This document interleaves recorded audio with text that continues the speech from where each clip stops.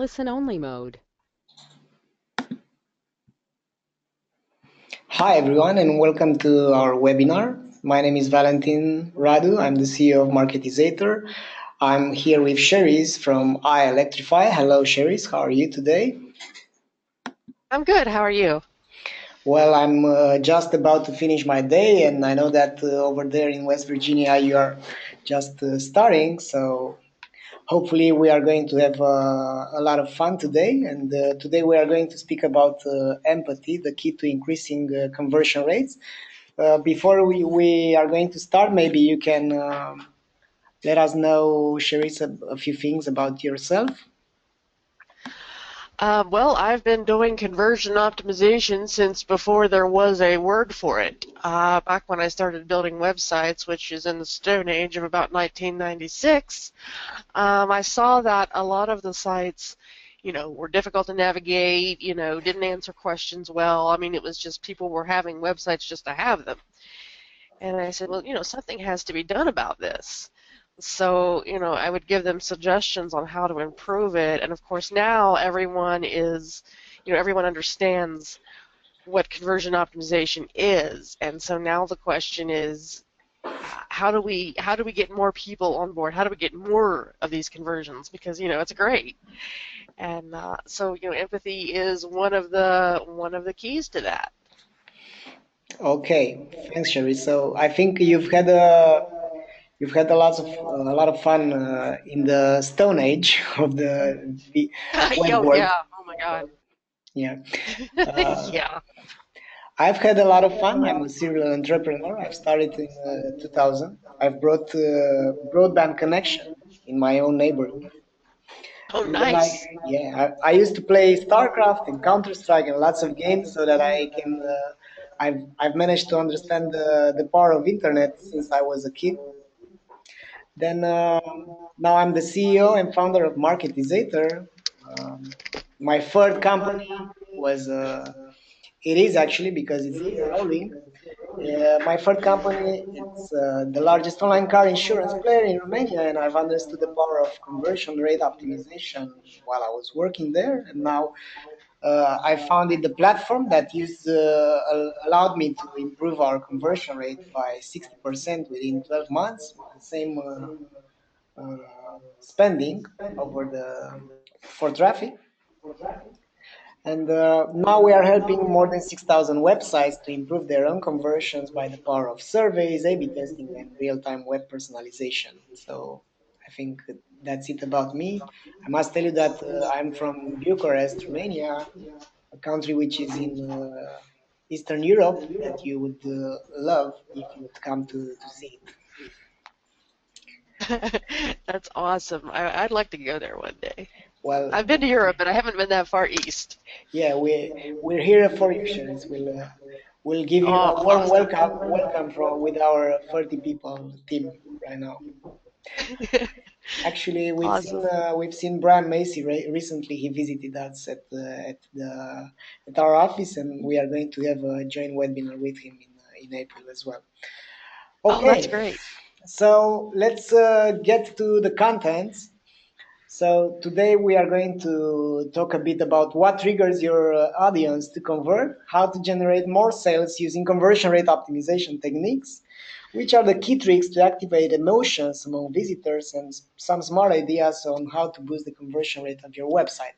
These are the contents, and at the end we are going to have a few questions from you that you are here with your ears and hopefully with your hearts as well.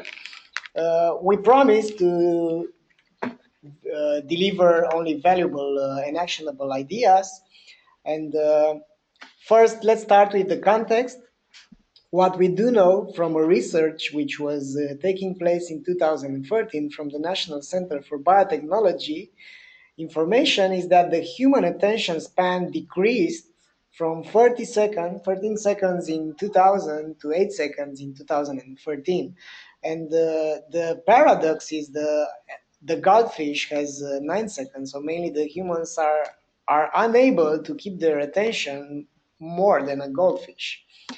Besides that, we are able to see only a square of 200 pixels at a time, and we can stay focused for only 8 seconds. So mainly this is the context. But the problem, so that the challenge is bigger than that, is that we have these states that we are passing through in order to uh, take action on a specific thing. So first we have the awareness phase, then we have the interest phase, then we have the desire, and at the end we are taking actions. And this funnel is valid on each website that we are analyzing. So mainly you cannot jump directly into taking action, but you have this process. So if that's the process, that means we should be empathic with our audience, and we should deliver them what they expect, so that they can uh, act the way we want to.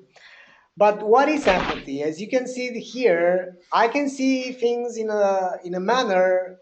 The other part could see things in its own manner, but both of us are right. And because both of us are right, that means we should put ourselves into the other person's shoes.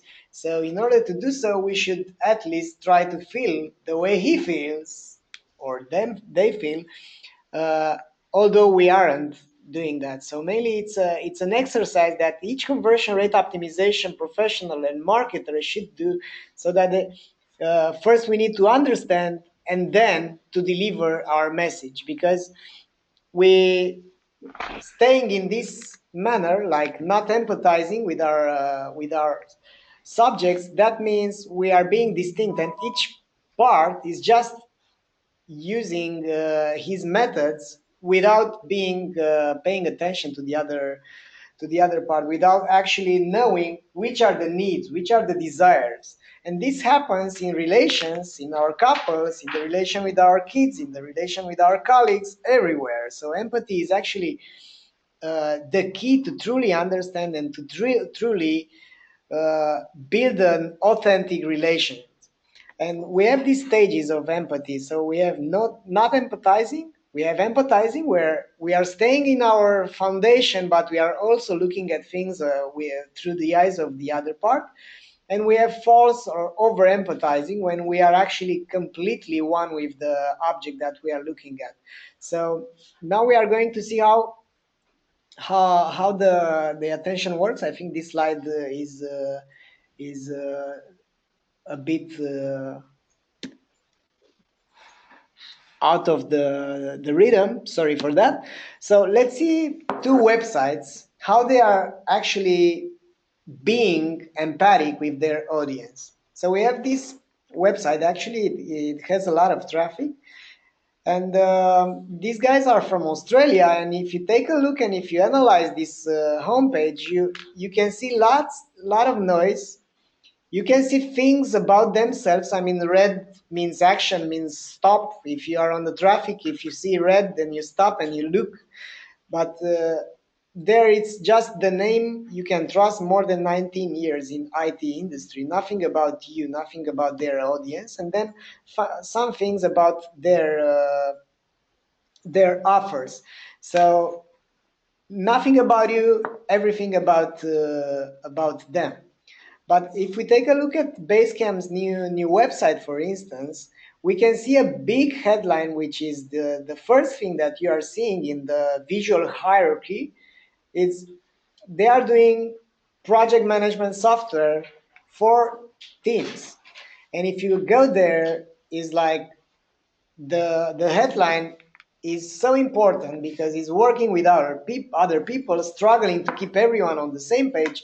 And all of us have been there. All of us are struggling with the project management. So mainly what they are doing is they show you they are being empathic, and they are showing you that mainly they have a promise, a hidden promise, that they can solve your pain. So the stages that one must pass through in order to become empathic is first to understand, then to act. And the guys from Basecamp are doing a very fine job over here. Sherry is going to present you other examples as well. What I need to emphasize about this example is that The stages to take action is first the awareness, but the awareness comes only if you are having an emotion. So mainly, you cannot be aware about something, you cannot pay attention if it's not either bringing you value, either bringing you pleasure, either bringing you something that it's matters for you, either it's causing you some trouble. So there's an issue with that thing. So because the brain focuses only on things that are providing either desires or either fears. So that's actually how the attention can be somehow stolen from our audience. And the guys are at base camp. What they are doing is first they empathize, and then they make the problem look deeper than it is. So besides the text and the copy over there, if we take a look, there's a complete mess there with lots of tools, lots of questions, lots of people with different manners of handling this problem of project management. So what I do understand and what we all need to understand from this example is that the first stage in order to convert a person is to empathize, and then to steal their attention by making them aware about the emotions which are associated with any website. And here is an important part, because now we can distinguish between websites which are providing something, some pleasure, or if they are covering or if they are bringing a solution to some pain. For instance, in my last business, which was an online insurance website, after I did a survey, I've understood that 80% of the audience was unhappy with the fact that they must buy the car insurance because it was mandatory, MTPL. It's not like you wake up in the morning and you say, what a great day, let's buy some insurance. So mainly, in order to empathize with your audience, you can use the survey to find out which are their needs. What is the state of mind that they have when they are on your website? And after that, maybe your images would be less with the smiling people on the cars, and that's what we actually tested, but more with people, serious people, like, we know there's a hurdle, but you cannot use your car unless you get insured. So that's why we are covering this need for you by providing you the best services and the best prices. So mainly, in order to empathize, you should know your audience, and in order to know your audience, you should also use the survey. Besides the simple exercise by putting yourself in the shoes of your audience.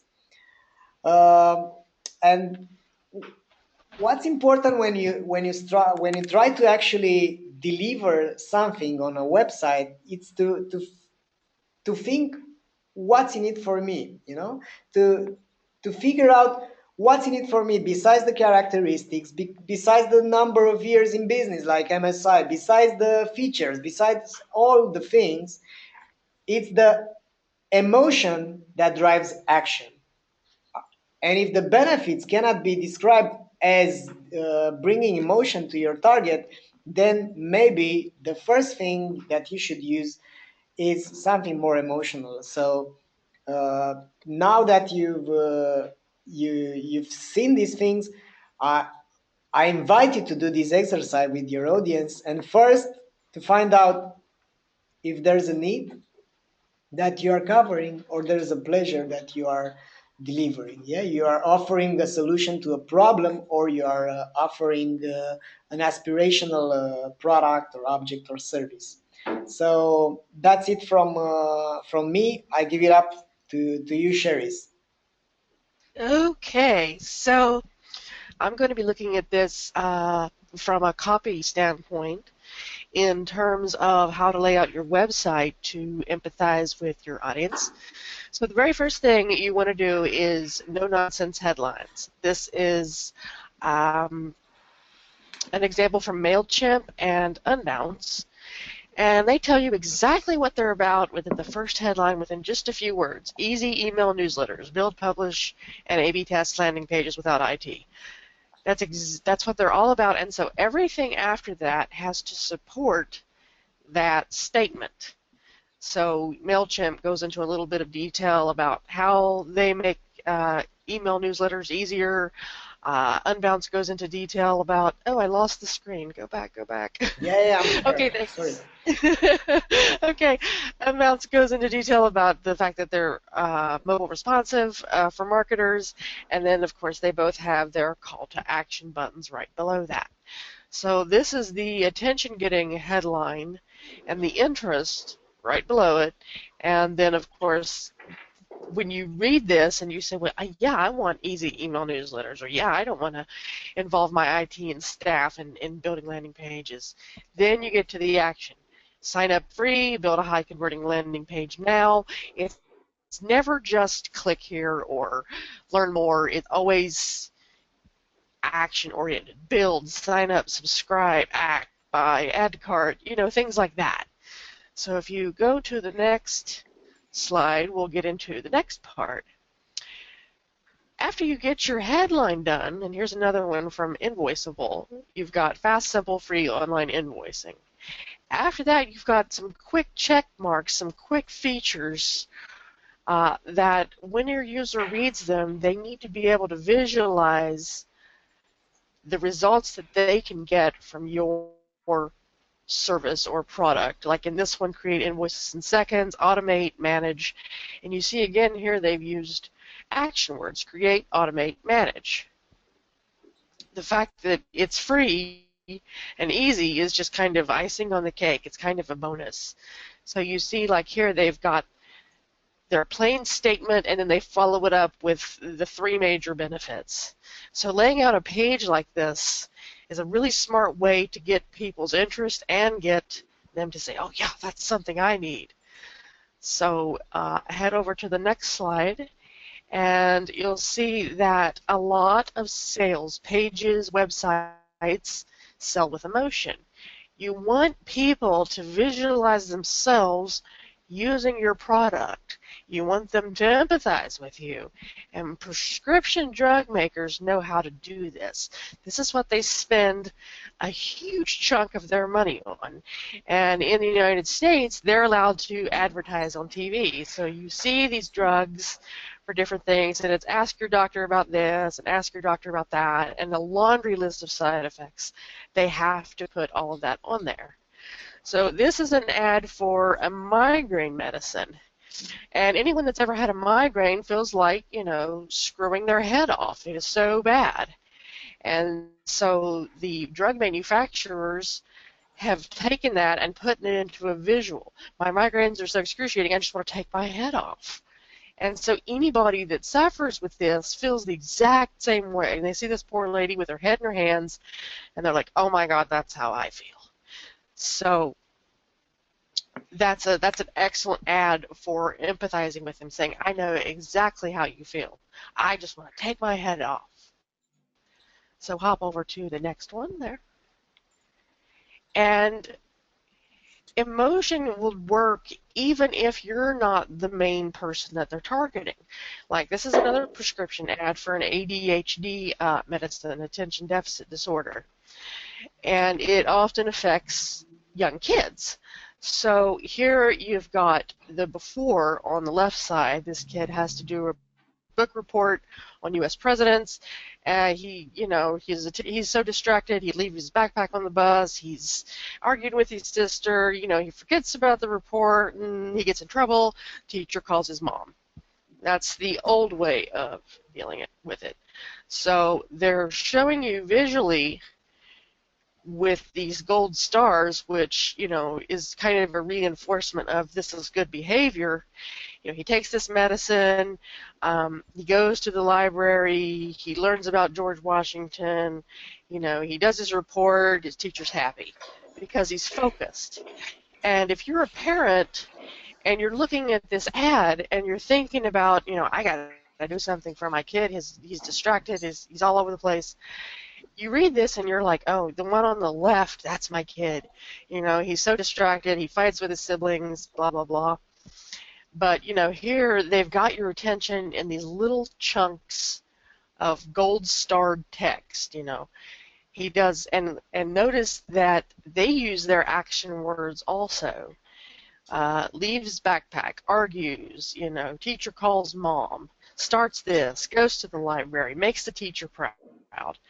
And I guess the best way to describe it is that the parent reading that is going to feel like, if my son makes the teacher proud, that makes me proud.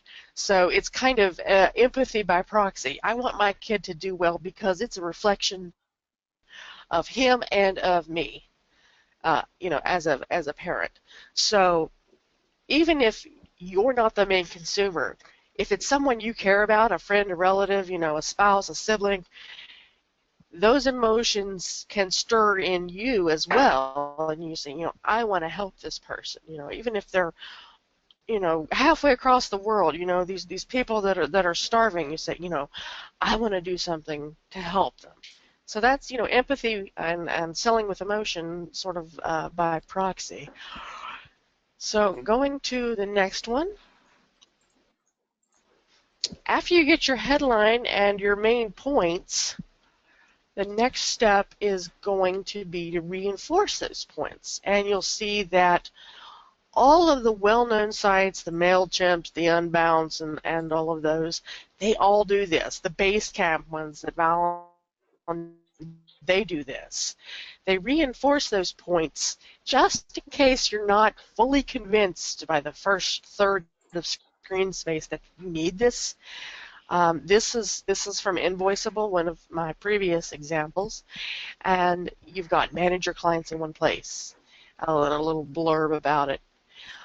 Save hours, send invoices on the go, it's secure, and you've got these icons that work as really good visuals to reinforce that. The clock with the lightning bolt, the security, the little Android guy.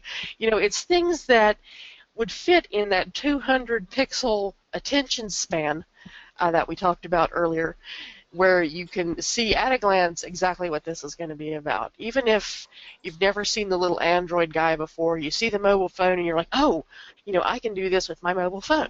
Oh, this is secure, this is fast, So it's that kind of being able to lead people and make those kind of connections without ever having to say so. But in case you do want to read a little bit more, they've got their little benefits right here on the page. So going to the next one. Your next action step should be to, first of all, analyze your headlines and look for ways to cut out the clutter and keep things simple, like, easy email newsletters. I mean, it doesn't get any simpler than that. That's what they do. That's all they do. You may think it sounds straightforward and it's like, yeah, people know exactly what we do, but it doesn't hurt to spell it out, because there's people out there that have never heard of your business, that are comparison shopping, that are looking for vendors. They want to know what you do right now. So also look for ways to use you and yours in your content. Like the IT site didn't do that at all. It was, we've been in business for 19 years. We serve, such and such cities. We. So if you say, you'll benefit from over 19 years of experience, you'll get, a virus-free computer, you'll get this, that, and the other, then people say, well, yeah, this is exactly what I want. You've got to make the user feel like their own story is important. People are coming to your site with a whole bunch of different needs. They're confused, they have questions, they want to know if you're the right choice. So you've got to make them feel like you understand where they're coming from. Now, the prescription drug makers, have a vested interest in that, because that's what they're trying to resolve, is people's pain. But pain's just one of the triggers. It's all about the hierarchy of needs. It's like, am I comforted? Am I loved? Am I safe? It's all of those things. So wherever they're coming from, you've got to make them feel like their story matters and that they matter. You got to use action words, but also, you don't want to be like a logical robot in your copy. You got to use words like feel, believe, think. So, like the IT company, for example, you could say, we believe that everybody deserves broadband level speed. We think that, any computer could be made faster. If you feel that your computer's running slow, da da da da da. So it's that kind of empathy with them to make them say, yes, they agree with me and they think that I'm important. And that's what a customer really wants, is to be valued. And you've got to follow that up. I mean, you've got to do it meaningfully. You've got to, don't just talk the talk, but sincerely, you know, personalize your experience with them. Because if you get them in and you're saying, I believe, that we can fix this, that, and the other thing, if you don't really believe that, they're going to think you're a scammer. So you really have to believe it. And that's kind of one of the reasons why I do what I do in conversion optimization, is because I truly think that every site can benefit from it. And of course, like I said, keep the same voice and tone across your content. There's nothing worse than visiting like an insurance site where they say, you can get affordable car insurance for as little as, X amount per day. And then you get in there and it's like, but we want all of your information just to be able to give you a quote. You're like, oh, come on. So it's disingenuous. It's not real. It doesn't feel authentic to them. And, when you do that, people will leave your site faster than you can blink. So you've got to keep that kind of tone across all your content. You've got to be able to say, this is what we offer, and this is what we do, and this is what we believe that, you can benefit from because of X, Y, Z. And it sounds really simple, and it really is when you think about it. And it doesn't matter, if you're selling feather beds or fire extinguishers. Every single business and every single product can benefit from these steps. Right. Thanks, Cherise, Mm-hmm. for your input. If you have any questions, you're welcome to put them right now. We are going to be here for another 10 minutes to answer to them. I want questions, so send me your best ones. Send me your toughest challenges. I Yeah, want hit us them. hard, hit us as I'm hard as you ready. can. Hit me hard. Yeah.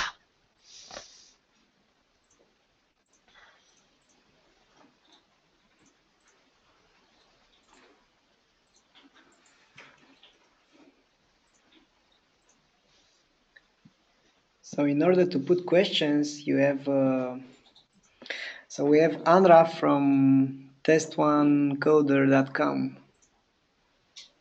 So there's no question here, just thank you. Thank you also, Andra. So could we conclude from the AIDA funnel model that our visitors' experience on our website, the road from the landing page to the shopping cart, should be organized on 4 pages: one for raising awareness, home, landing page, then to attract interest, list of products, for example, then to build a desired product description with a buy button, and the last one for the action shopping cart and payment page. Andra, you can conclude that, but there are that's that's different based on the business model that you have on your website. So you can only have only a landing page that serves this. So for instance, you could have an infinite scroll, and you can pass through these phases from attention, interest, and desire to action in a single session. But the reality is that you cannot do this like this, because people are coming, they are seeing your website today, then they see a remarketing better for after 3 days, or they remind that they have this problem. So the AIDA model is not actually, it can be this way, but it's more takes into account the state of mind, so the distance between you and your target. So mainly these are the phases of transaction, of conversions, let's say. So what you should do is to analyze if you are respecting this model on the landing page. So if you grab the attention, and then if you make them interested, and then if you make them desire on the, as you've said, on the product pages, and then if you support their action by valuable information or persuasive approaches on the action pages, like on the shopping cart. If you have any other questions, you have your body on the right. So yeah, you're welcome, Andra. So any other questions? I just want to add that with the shopping cart, with an e-commerce business, you don't want people to jump through too many hoops to get to what they want.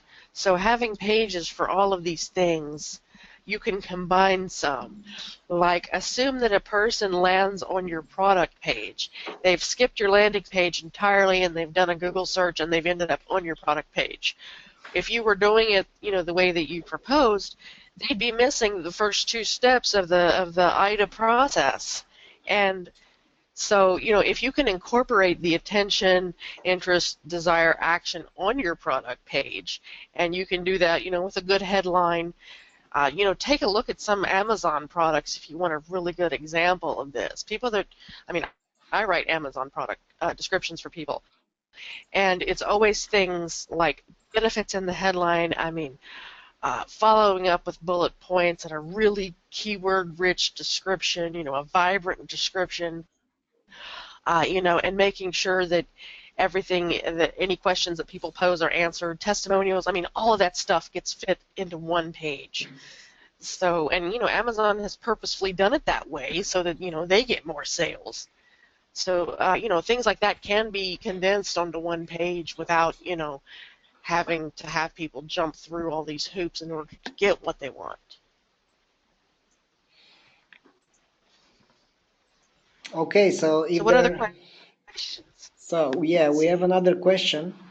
What is Okay. your policy on pop-ups, not commercial or retention pop-ups, but pop-ups for filling in forms and stuff like this? Um, if you want to answer first, Cherise. Sure.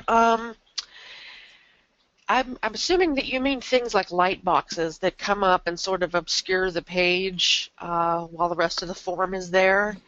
I think that if people anticipate having to do, seeing a pop-up like that, it's not so bad. If they know when they click or when they visit that that's what they're going to see, then, it's great. But if you're coming to the page for the first time and like let's say that you're selling insurance and a light box pops up and says, okay, fill in this form for your free quote, I'm instinctively going to close that because I think it's an ad or sign up for our mailing list, and it's like, I don't know you yet. I don't know what you're going to do with my information. So I'm just instinctively going to close that until I realize, oh, I needed that form, to be able to get a quote. How do I get back to it? So, it's a problem. So I would say that if they know that that's what's going to happen, then it's fine. If they don't know, then I would make the pop-up possibly trigger once they've had a chance to, browse around on your site and do one of those conditions where, you know, 10 seconds has passed since they were on your site or they've scrolled to a certain level and then it pops up, not just boom, I come to your site, boom, I get a pop-up.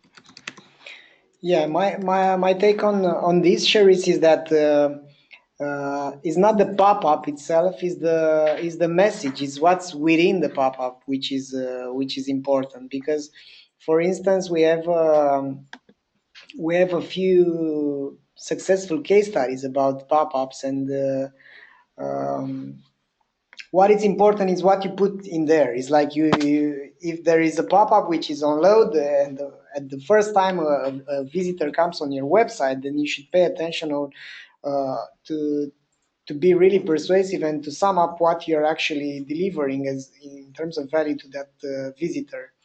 But if it's an on exit intent pop up, then You can put lots of things over there. For instance, there is lots of e-commerce websites are getting their money by providing really good choice reduction filters. So from our findings, the conversion rate for the visitors which are using the filters is 5 times bigger than the conversion for the ones which aren't using the filters. So you can put filters, and we have a case study that won at an award at Which Test One. A company put this triggered on exit pop-up with the measures for the dresses on a fashion e-commerce website only for visitors which haven't used the pop-ups, the filters yet. So in this manner, they've got a lots of visitors which were saying, "Oh yeah, uh, I'm wearing M or L or S or XL," you know. So it you can act with the pop-ups exactly like a shopping assistant can act with your with you. So before you go, what do you think about this or that? So, or before you go, what's your measure? Or before you go, what would you be interested in? Or before we go, we have this cool offer. So it all has to do with the message and with the moment and with the target that you have. So by doing proper segments and by doing the triggers correctly, I think you will definitely win by using the pop-ups. But if you're just going to push discounts on people, then that's not the case.